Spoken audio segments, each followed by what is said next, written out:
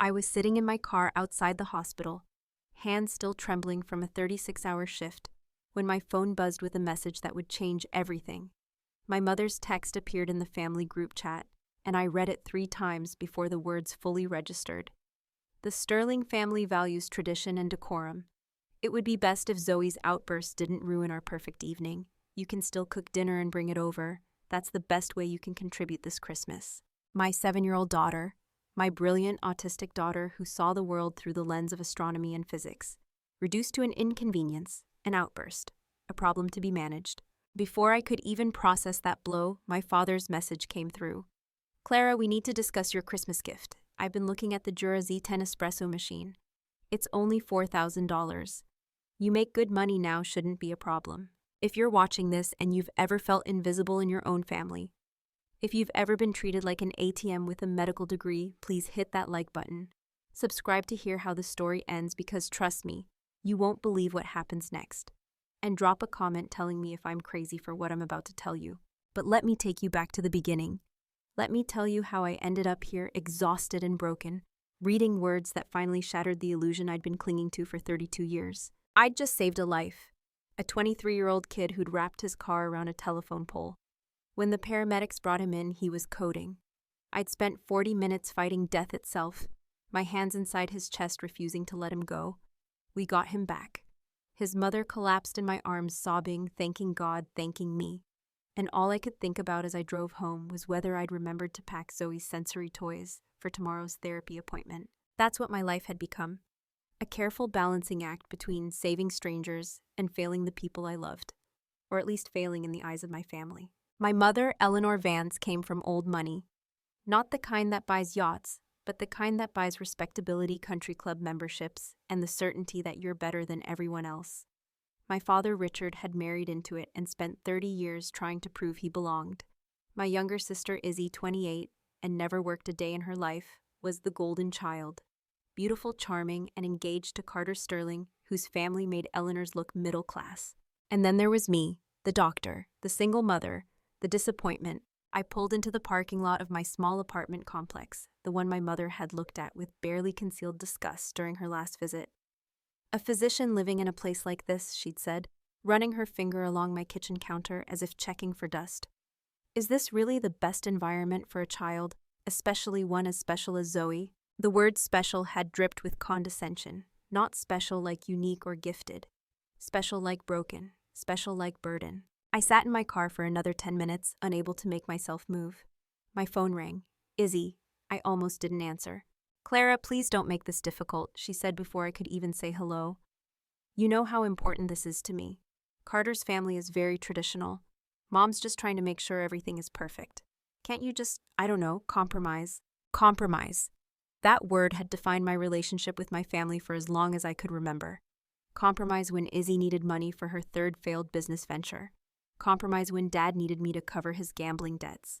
Compromise when Mom needed someone to cook Thanksgiving dinner for 20 people, then take credit for it herself. Izzy, she doesn't want Zoe at Christmas, I said, trying to keep my voice steady. She called my daughter an outburst.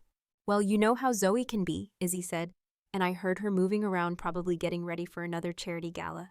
She'd do nothing at except take photos for Instagram. She talks about space constantly. It makes people uncomfortable.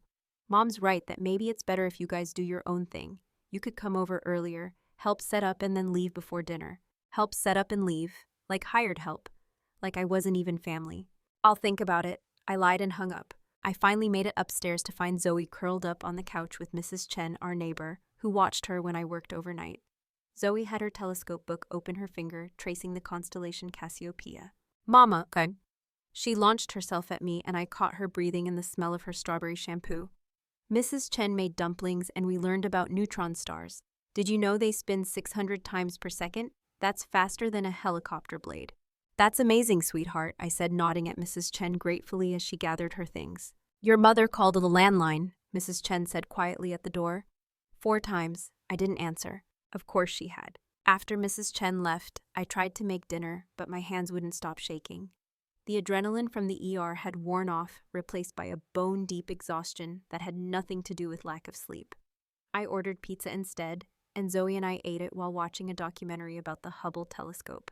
Mama, why doesn't Grandma like when I talk about stars? Zoe asked suddenly, her pizza slice forgotten. My heart cracked. What makes you think that, baby? Last time we went there, I told her about the Andromeda Galaxy, and she said I should talk about normal things. But stars are normal. They're everywhere.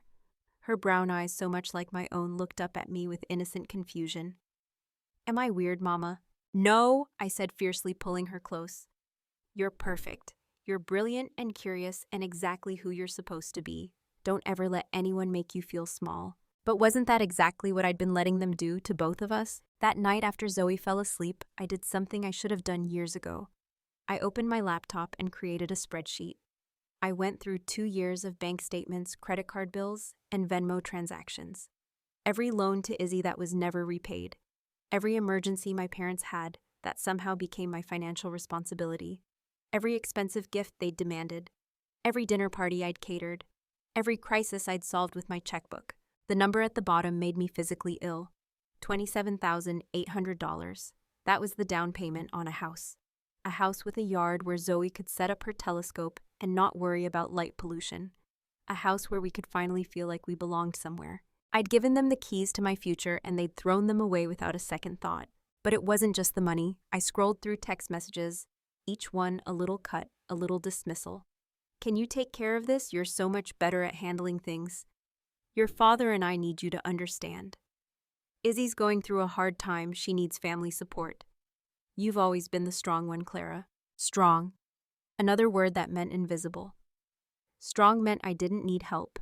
Strong meant I could handle anything they threw at me.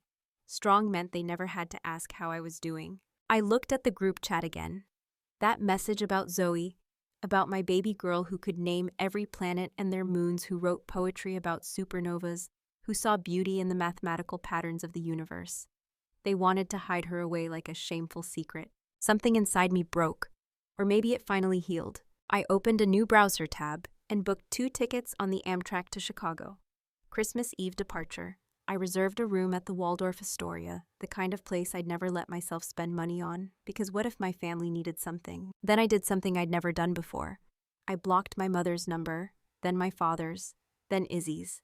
The silence was terrifying and liberating in equal measure. The next morning, I told Zoe we were going on an adventure. Her face lit up like a supernova. Where, Mama? Chicago. There's a planetarium there. We're going to spend Christmas looking at stars. She threw her arms around me and squealed. Real joy. Uncomplicated and pure. When was the last time I'd felt that? I should have known the peace wouldn't last. 3 days later, I was in the middle of suturing a laceration when my supervisor, Dr. Ben Ramirez, paged me to his office. That was unusual. Ben was a good man, the kind of attending who actually cared about his residents' well-being. We had a good relationship built on mutual respect. But when I walked into his office, he wasn't alone. Margaret Davenport sat in one of his chairs, her posture radiating the same entitled authority as my mother. She was on the hospital board, and more importantly, she was my mother's closest friend. Dr. Vance, she said, not bothering with pleasantries. I've been hearing some concerning things about your mental state. I felt the blood drain from my face. Excuse me, your mother called me. She's deeply worried about you. She says you've been erratic, that you've taken your daughter and cut off all communication with your family. She's concerned that the stress of your position here might be affecting your judgment. Ben cut in immediately. Margaret, with all due respect, Dr. Vance is one of our best physicians. Her patient outcomes are exceptional, and I've never once questioned her judgment or mental stability. Nevertheless, Margaret continued, her eyes cold. When a board member raises concerns about a physician's personal life affecting their professional capacity, we have an obligation to investigate. Dr. Vance, are you currently under any mental health treatment? The question was a trap. Answer yes, and I was unstable. Answer no, and I was neglecting my mental health during a crisis. I'd seen this playbook before, just never aimed at me. My personal life and health are private matters, I said carefully. If you have concerns about my professional performance, I'm happy to address them. But my relationship with my family is not hospital business. Margaret's lips thinned. We'll be monitoring the situation closely. After she left, Ben closed the door. What the hell was that? I couldn't speak. I just stood there, shaking with rage and humiliation. My mother had weaponized her social connections to attack my career. The one thing I'd built on my own that had nothing to do with the Vance family name. Clara, Ben said gently, what's really going on? And I told him everything. The money, the disrespect, the message about Zoe. He listened without interrupting, his expression growing darker with each revelation. That's abuse, he said flatly. Financial and emotional abuse. You know that, right? Hearing someone else say it made it real. I'd spent so long making excuses, finding reasons why their behavior was actually okay, that I'd lost sight of the truth. I blocked their numbers, I admitted. I thought maybe if I just stepped back, created some space, it would get better. People like that don't let go easily, Ben warned. Be careful. He had no idea how right he was. We were in Chicago, standing in the Adler Planetarium, with Zoe's face pressed against the glass of a meteorite display, when my phone rang from an unknown number. I almost didn't answer, but something made me.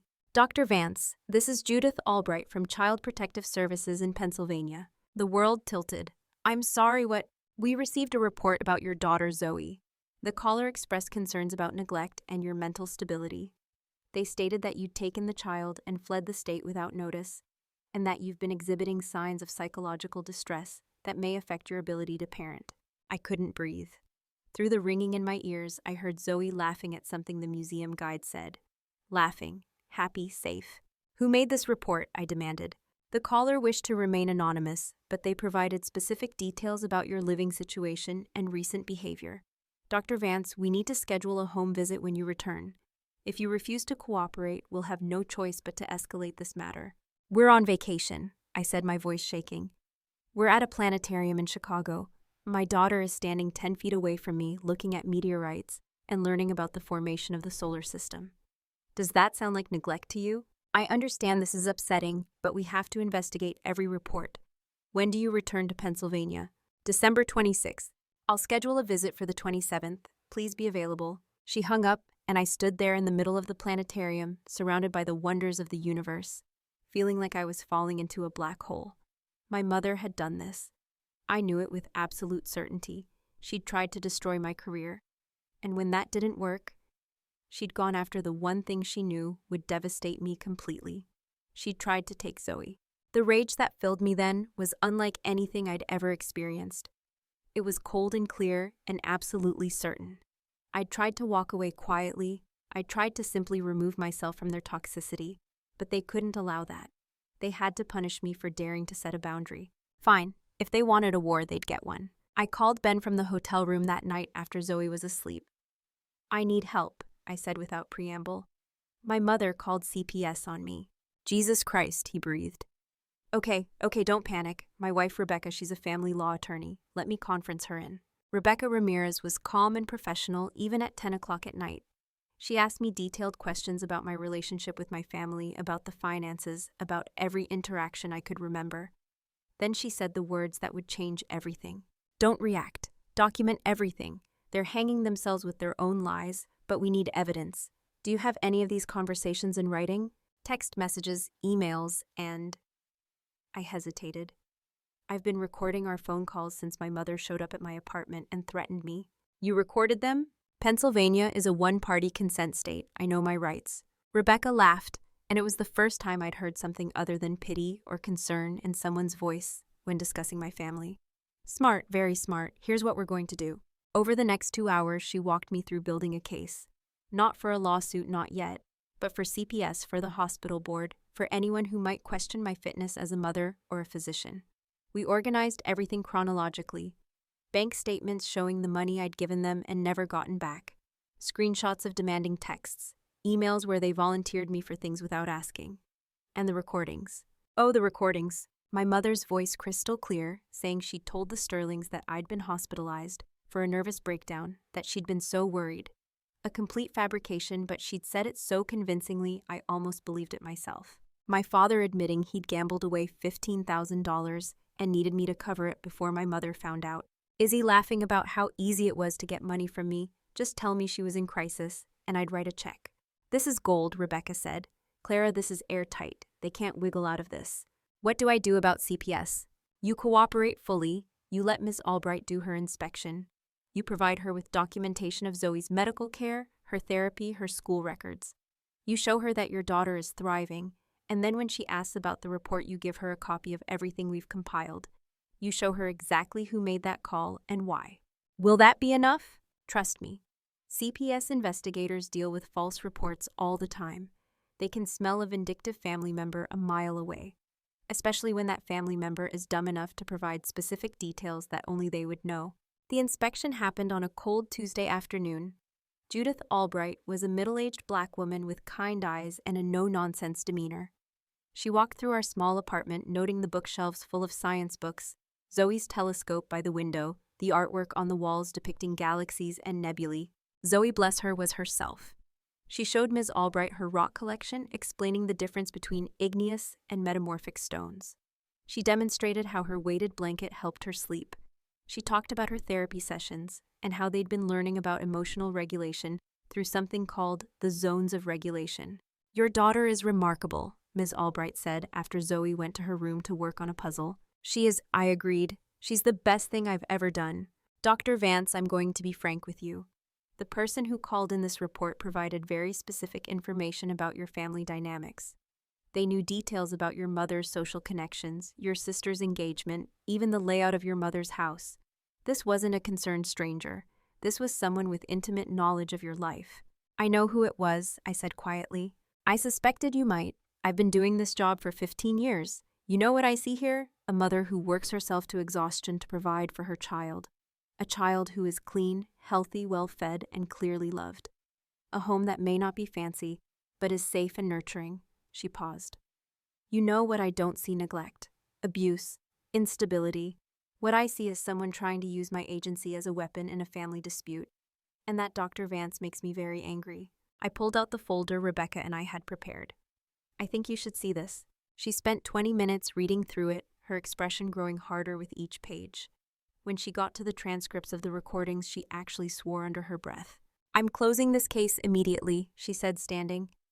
"There is zero merit to these allegations. Furthermore, I'm going to file a report about the false claim. Making a knowingly false report to CPS is a criminal offense in Pennsylvania." "I don't want to press charges," I said quickly. "I just want them to leave us alone." "That's your choice. But I'm still filing the report. This kind of thing clogs up our system and takes resources away from children who actually need our help." She handed me her card. "If anyone from your family contacts you again with threats or harassment, you call me immediately. And Dr. Vance, you're doing a great job. Don't let anyone tell you otherwise." After she left, I sat on the couch and cried. Not from sadness, but from relief so profound it felt like breaking.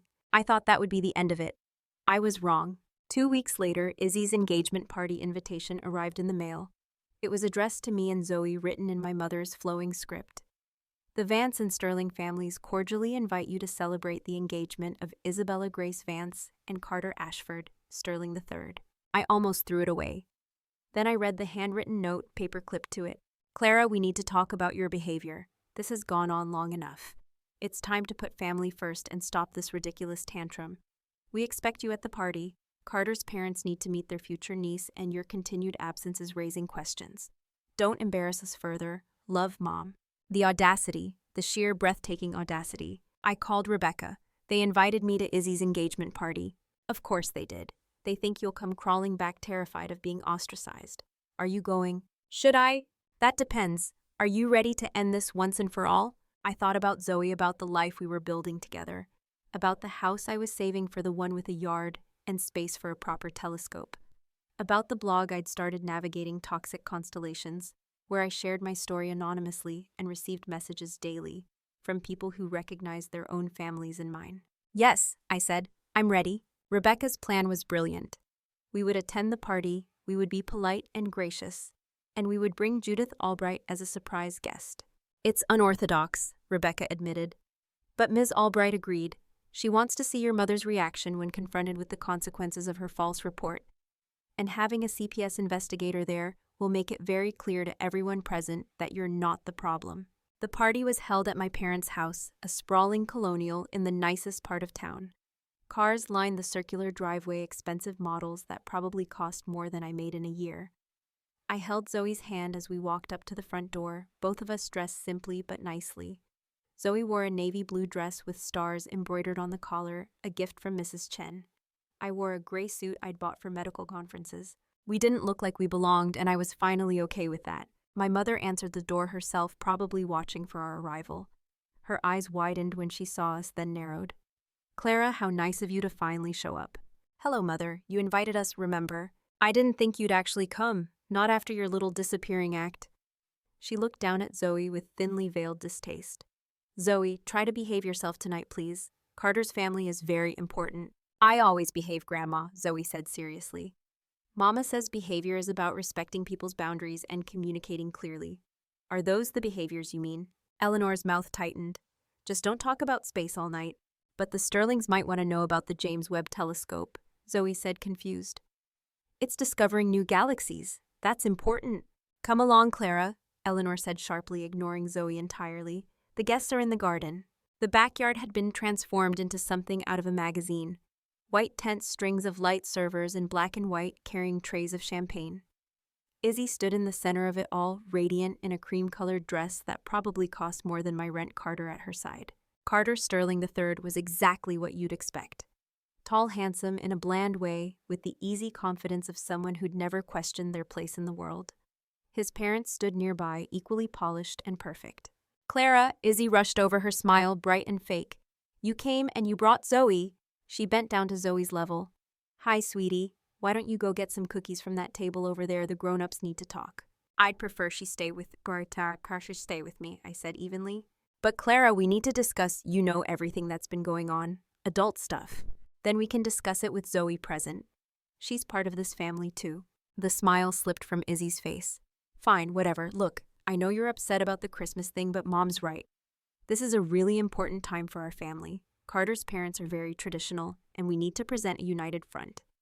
Can you please just pretend everything's normal for one night? Define normal, I said. You know what I mean. No drama, no making everything about you. Just smile and be pleasant, and maybe don't let Zoe monopolize conversations with her space talk. Before I could respond, my father appeared, drink already in hand. Clara. There's my girl. Good to see you. Listen, did you get my email about that espresso machine? I saw they're running a sale, but it ends tomorrow. I'm not buying you an espresso machine, Dad. His face flushed. Don't be ridiculous. You're a doctor. You can afford it. I can, but I won't. Richard, maybe this isn't the time, my mother said, appearing at his elbow. She looked around nervously at the other guests. Clara, dear, why don't we go inside and talk privately?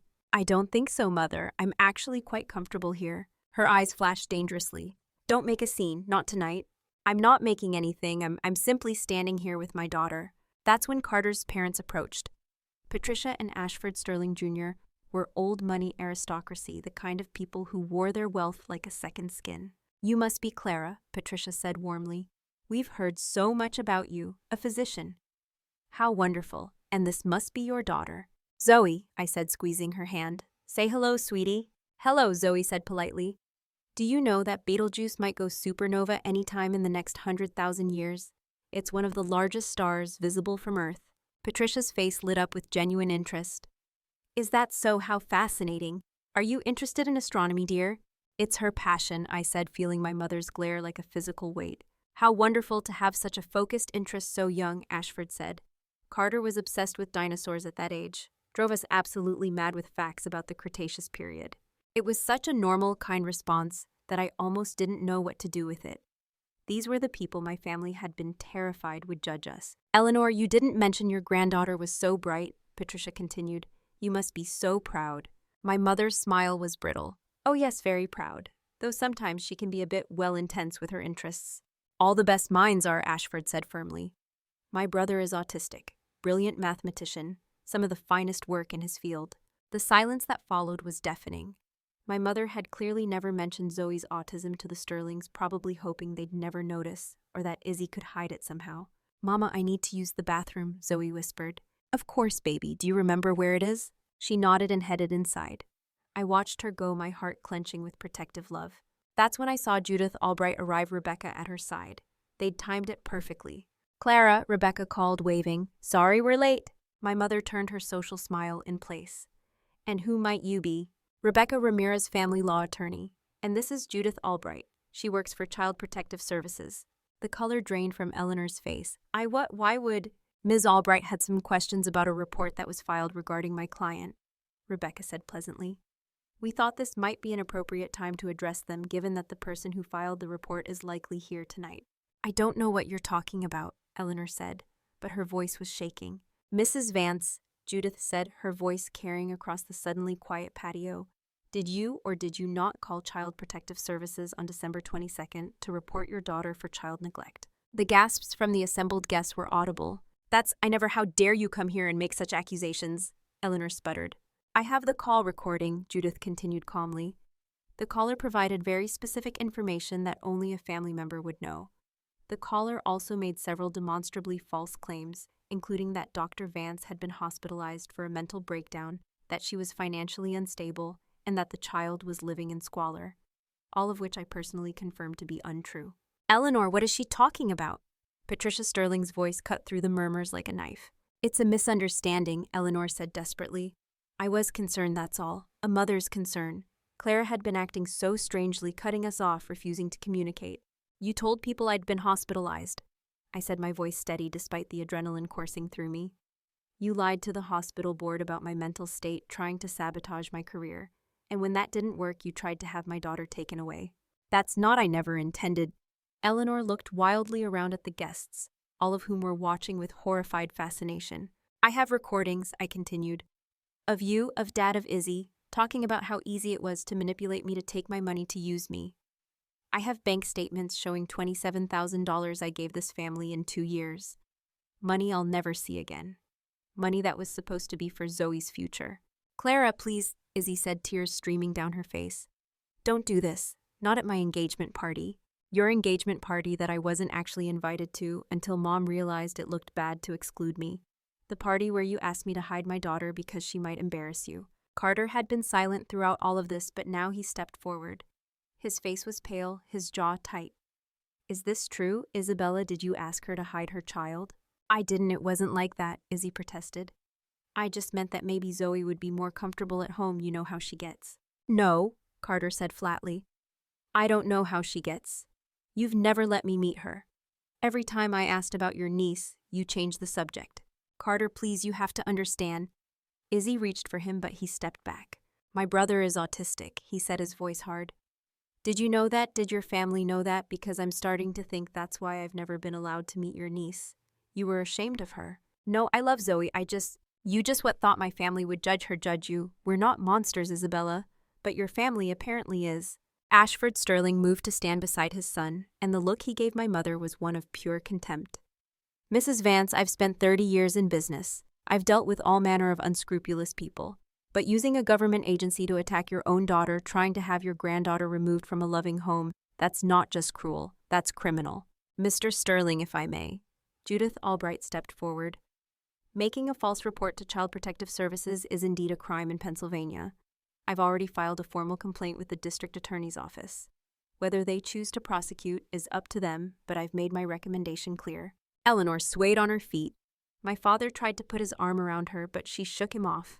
You ungrateful, selfish girl, she spat at me. After everything we've done for you, we raised you, put you through school. You put me through school, I laughed, and it was harsh and bitter. I put myself through school on scholarships and loans I'm still paying off. You didn't contribute a dime. And everything you've done for me, like what? Like teaching me that my value was in what I could provide. Like showing me that love was transactional. Like making me believe that I had to earn the right to exist in my own family. How dare you speak to your mother that way, Richard said, but there was no conviction in his voice. How dare she call CPS on me, I shot back. How dare she try to destroy my career? How dare any of you treat my daughter like she's something to be ashamed of? Zoe appeared in the doorway, her eyes wide. She'd heard everything. I opened my arms and she ran to me, burying her face in my jacket. It's okay, baby, I whispered. It's all okay now. Patricia Sterling approached us, ignoring Eleanor completely. She knelt down to Zoe's level. Sweetheart, I have a telescope at my house. A very big one. Would you like to come see it sometime? Zoe peeked out at her. Really? Really, my brother helps me use it. He knows all about the stars. I think you two would get along wonderfully. Carter pulled the engagement ring off Izzy's finger. The gesture was so sudden, so final that several people gasped. I can't do this, he said quietly. I thought I was marrying into a good family, but I can't align myself with people who treat their own with such cruelty. I'm sorry, Isabella, but this engagement is over. He placed the ring on the nearest table and walked away, his parents following without a backward glance. Half the guests began filing out after them, the exodus swift and silent. Nobody wanted to be associated with the scandal unfolding before them. Izzy stood frozen, staring at the ring on the table like it was a bomb. Then she turned to me, and the look in her eyes was pure hatred. "You ruined my life. You couldn't just let me have this one thing. You had to make it all about you. About me."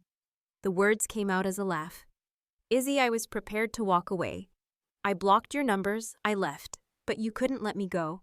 You had to punish me for daring to set a boundary. You had to try to destroy me. We're your family," she screamed. "You're supposed to be there for us no matter what." "No," I said firmly. "Family is supposed to be mutual. Family is supposed to care about each other. What you wanted was a servant, an ATM, someone to use and discard whenever convenient." Margaret Davenport, who'd been watching from the corner of the patio, approached my mother. Her face was stony. "Eleanor, I think you should know that I've already submitted my resignation to the hospital board effective immediately, and I've sent a formal apology to Dr. Vance and Dr. Ramirez. I allowed myself to be used as a weapon in your personal vendetta, and I'm ashamed." She turned to me. "Dr. Vance, I'm deeply sorry. You deserved better from all of us." Eleanor was crying now, ugly tears that smeared her perfect makeup. "Please," she said, reaching for me. "Clara, please, we can fix this. We're family." I stepped back, keeping Zoe behind me. "No, Mother, we're done. I gave you chance after chance to treat me with basic respect, to treat my daughter with love. You chose cruelty every single time. I'm not giving you another opportunity. Your father and I could lose everything because of this," she whispered. "The social disgrace, the legal fees if they prosecute. Is that what you want, to destroy us?" "I want you to leave us alone," I said simply. "That's all I've ever wanted. To live my life in peace with my daughter, but you couldn't even give me that." Richard stepped forward, and I saw something I'd never seen before. Genuine remorse. "Clara, your mother went too far. Way too far. I didn't know about the CPS call, I swear. If I had, you would have what Dad stopped her. When have you ever stopped her from anything?" I shook my head. "You're just as responsible. Every time you demanded money for your gambling debts. Every time you stood by while she belittled me. Every time you treated my daughter like an inconvenience. You're both guilty." The remaining guests were filtering out now, whispers, following them like a wake. This would be the talk of the town for months. The Vance family's spectacular public implosion. Rebecca touched my arm gently. "We should go. You've said what needed to be said." She was right. There was nothing left to say, no closure to be found in dragging this out further. I'd exposed the truth, and that was enough. I took Zoe's hand and walked toward the door. Behind me, I heard Izzy sobbing, heard my mother's desperate attempts to salvage something, anything from the wreckage. I didn't look back. In the car, Zoe was quiet for a long time. Then she said, "Mama, are we going to see Grandma and Grandpa anymore?" "I don't think so, baby. Not for a long time. Maybe never. Because they were mean to us. Because they hurt us," I corrected gently. "And when people hurt us over and over, even if they're family, it's okay to protect ourselves by keeping distance." She thought about that. "Like how we learned in therapy about boundaries." "Exactly like that." "Okay," she paused. "I liked Mrs. Sterling. She was nice about the stars." "She was, wasn't she? Do you think she really has a telescope?" "I think she does, and I think if we want to, we can take her up on that invitation. Even though we're not family anymore. Sweetie, family isn't just about blood. It's about people who treat you with kindness and respect. Mrs. Sterling showed us more of that in 5 minutes than your grandmother has in 7 years. The weeks that followed were hard in ways I didn't expect. The relief was profound, but so was the grief. I mourned the family I'd wanted, the mother I'd needed, the sister I'd hoped Izzy could become. I mourned the little girl I'd been, who'd tried so hard to be good enough, never understanding that the problem wasn't her. I went to therapy. Real therapy, not the crisis management I'd been doing for years. Dr. Williams was patient and kind, helping me untangle decades of manipulation and gaslighting, helping me see that protecting myself and my daughter wasn't selfish. It was necessary. The hospital board, minus Margaret Davenport, issued a formal apology. They offered me a promotion, which I accepted.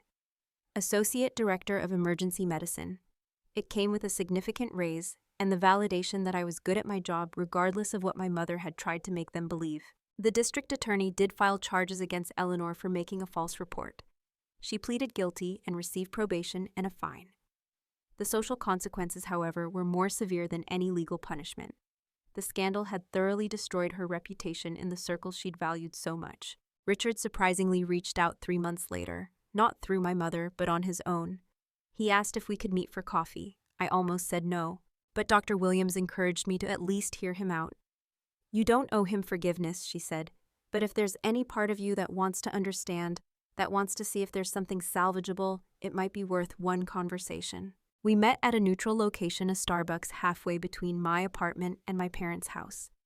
Richard looked older than I remembered, grayer, more worn down. I'm in therapy, he said without preamble, and Gamblers Anonymous. I've been sober from gambling for 93 days. That's good, Dad. Your mother and I are separated. I moved out last month. I don't know if we'll divorce, but I can't live like that anymore. He wrapped his hands around his coffee cup. I can't live with someone who would do what she did to you, to Zoe. I didn't know what to say to that. I'm not asking for forgiveness, he continued. I don't deserve it. I stood by for years while she tore you down. I used you for money when I should have been protecting you. I was a coward and a terrible father. Yes, you were, I agreed quietly. He flinched but nodded.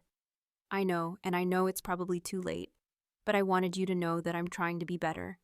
Not for you because I don't have the right to ask you for anything, but for myself, so I can look at myself in the mirror. What do you want from me, Dad? Nothing. I just wanted to tell you that I'm sorry, that you deserve so much better, that Zoe deserves better. His voice cracked. She's such an amazing kid, Clara, and I was too wrapped up in your mother's poison to see it. We talked for another hour. It wasn't reconciliation, not yet. Maybe not ever, but it was a start. A tiny crack in the wall that might someday become a door. Izzy's apology came through the mail 6 months after the party. It was handwritten, 4 pages long, and brutally honest about her own role in the family dysfunction. I was lazy and entitled and cruel, she wrote. I let Mom and Dad teach me that you existed to serve us. I never questioned it because it benefited me. I knew what we were doing was wrong, but I didn't care because it was easier to go along with it than to stand up for you. I'm not asking you to forgive me or to let me back in your life. I'm just asking you to know that I see it now. I see what we did to you, and I'm sorry. I'm trying to be a better person. I got a job at a nonprofit. It doesn't pay much, but it's mine. I'm supporting myself for the first time in my life. It's hard and scary, and sometimes I hate it, but it's also teaching me things I should have learned a long time ago. Maybe someday, if you're ever ready, we could talk. But I understand if that day never comes. You don't owe me anything. Love, Izzy. I kept the letter. I didn't respond, but I kept it. Because it mattered that she'd written it. It mattered that she was trying. My blog, Navigating Toxic Constellations, grew beyond anything I'd imagined. What started as an anonymous outlet for my own pain became a community of people sharing their stories, supporting each other, learning to set boundaries, and reclaim their lives. I revealed my identity eventually, not for attention, but because hiding felt like shame, and I was done with shame. The messages I received were heartbreaking and hopeful in equal measure. People who'd been financially abused by family members, people whose children had been weaponized against them, people who'd been made to feel crazy for setting basic boundaries. They all told variations of the same story, and together we learned that we weren't alone. Zoe flourished. Her therapy helped her develop coping strategies for overwhelming situations. But more importantly, it helped her understand that she didn't need to change who she was. She was perfect as she was. She started a YouTube channel where she explained astronomy concepts to kids, and it took off. Hundreds of thousands of subscribers who loved her enthusiasm and her unique way of explaining complex topics. Patricia Sterling became an unexpected friend. She and her brother, Dr. Marcus Sterling, invited us over regularly for stargazing sessions. Marcus was in his 50s, a mathematics professor at the university, and he and Zoe bonded immediately over their shared love of patterns and systems. He taught her advanced equations for calculating orbital mechanics, and she taught him about the latest discoveries from the James Webb Telescope. You know, Patricia said to me one evening while Zoe and Marcus were debating the possibility of life on Europa, Carter has been doing a lot of thinking since that night. About family, about loyalty, about what really matters. I think breaking off the engagement was the best thing that could have happened to him. How is he? Better, more thoughtful. He's been volunteering with an autism advocacy organization. Says he wishes he'd done it years ago, she smiled. He asked about you, actually, about Zoe. He wanted to make sure you were both okay. We are, I said. We really are. 10 months after the party, I closed on a house. It was small but perfect, with a yard and a driveway and a back patio ideal for a telescope. Zoe cried when she saw it, happy tears that soaked into my shirt as she hugged me. Is this really ours, Mama? Really ours, baby. No one can take it away. We spent weeks making it home. Painting the walls, choosing furniture, planting a garden. Mrs. Chen helped us hang curtains and taught Zoe how to make proper dumplings. Ben and Rebecca came over with housewarming gifts and helped assemble the massive telescope we'd splurged on. The first night in the house, Zoe and I lay on a blanket in the backyard, looking up at the stars. The light pollution was less here, and we could see so much more than we'd ever seen from the apartment. Mama, look, Zoe said, pointing. That's the Big Dipper, and if you follow those two stars at the end of the cup, they point to the North Star. Polaris. It's how people found their way home for thousands of years. Is that right? Uh-huh. It's always there, always constant. Even when everything else is moving and changing, Polaris stays in the same place. It's reliable. I pulled her closer, feeling the warm summer breeze and the solid ground beneath us. Our ground, our home. We're like Polaris now, I said. We've found our place, our constant, and no storm can move us from it. She looked up at me with those wise brown eyes. Are you happy, Mama? Yes, baby, I really am. And I was, not because everything was perfect, not because all the wounds had healed, but because for the first time in my life I was free. Free to make my own choices, free to protect my daughter, free to build the life I wanted instead of the life others demanded. The text from my mother had been meant to diminish us, to make us feel small and unwanted. Instead, it had been the spark that set us free. Sometimes the worst thing that happens to you is actually the best thing, because it forces you to see the truth you've been avoiding. It forces you to choose yourself. I spent 32 years trying to earn love from people who were incapable of giving it. I gave my money, my time, my emotional energy, my dignity. I gave everything, and it was never enough because it was never really about me. It was about their need for control, for validation, for someone to use as a scapegoat for their own failures. But I'm done giving. I'm done shrinking myself to fit their narrow definition of acceptable. I'm done apologizing for taking up space, for having needs, for protecting my child. If you're reading this and you recognize your own family and mine, please hear me. You are not crazy. You are not too sensitive. You are not asking for too much when you ask for basic respect and kindness.